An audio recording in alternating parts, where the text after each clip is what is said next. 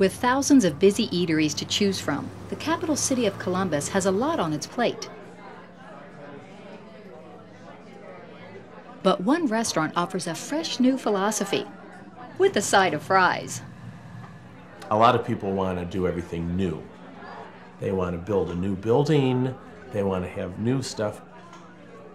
Our whole philosophy is we believe in recycling, reusing, being environmental stewards, if you will. Black Creek Bistro is not your normal restaurant. We don't do things in a normal restaurant way. It's not a normal restaurant because its owner is not a normal restaurateur. When I'm in the restaurant, a lot of people don't look at me as a restaurateur. Our guests don't see me because a lot of times I'm dressed just like this. And when they say, "Who are you?" I say, "Well, I'm the silly farmer," because not only do we have the restaurant Black Creek Bistro, but we also own and operate Black Creek Heritage Farms.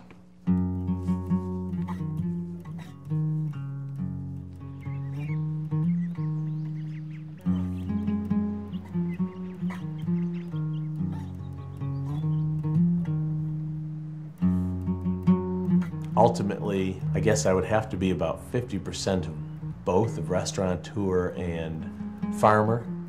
Our crops that we grow at Black Creek Bistro is what I call a cooperative effort between ourselves and nature, because we plant a lot of things, but what we plant doesn't always grow well, and what we don't plant sometimes grows extremely well. And this cooperation extends to the bistro, where these crops are turned into lunch. A lot of people get confused because they think our menu's changing constantly. Our features will change continually based on what I bring in. We look at what's fresh, local, and seasonal, and we try to design the menu around that. A lot of stuff we get from the Black Creek farm. We're using a lot of herbs from there right now, a lot of garlic scapes, some chives, some beautiful little violets that we use in salads and to garnish meals with.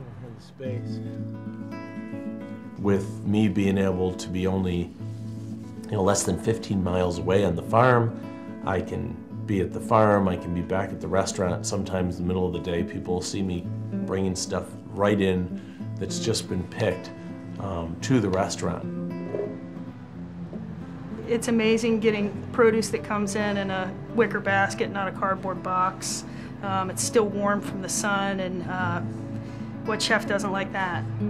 A lot of times Ken will pick herbs or different produce and bring it in, and essentially people will be eating it maybe an hour after it was in the ground, so very, very fresh. The longer something's stored, typically you're losing the sugars, you're losing, the flavor changes, it's drying out.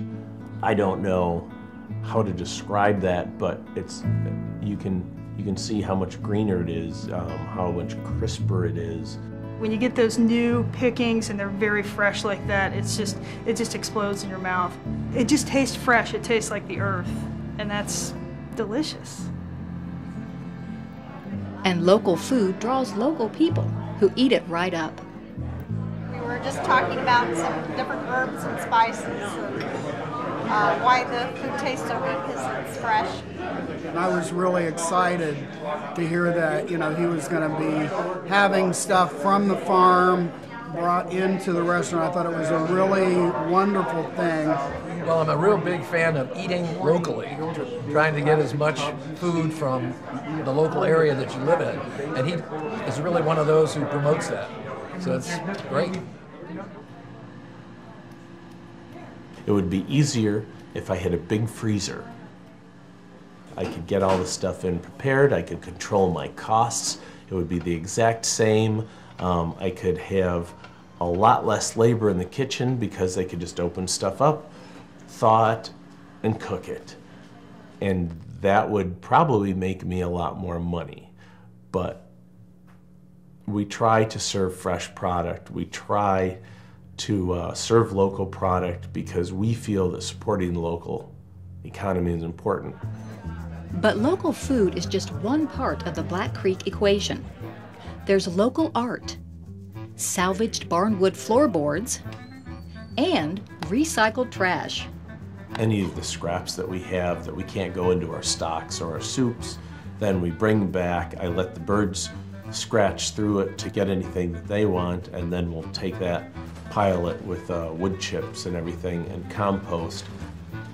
We amend the soil with that, then we plant and grow things and bring it back into the restaurant. So we have that full circle where I can actually grow it, make something neat, watch people enjoy it, and then anything that's left over we bring back and start to nurture the soil. It takes away from the bottom line, but it makes a difference in the community. And if we're going to be successful in the long run, making a difference in the community, making them feel that we're actually a part of the community instead of just a business, is going to make all the difference in the world, and it makes us feel a little better too.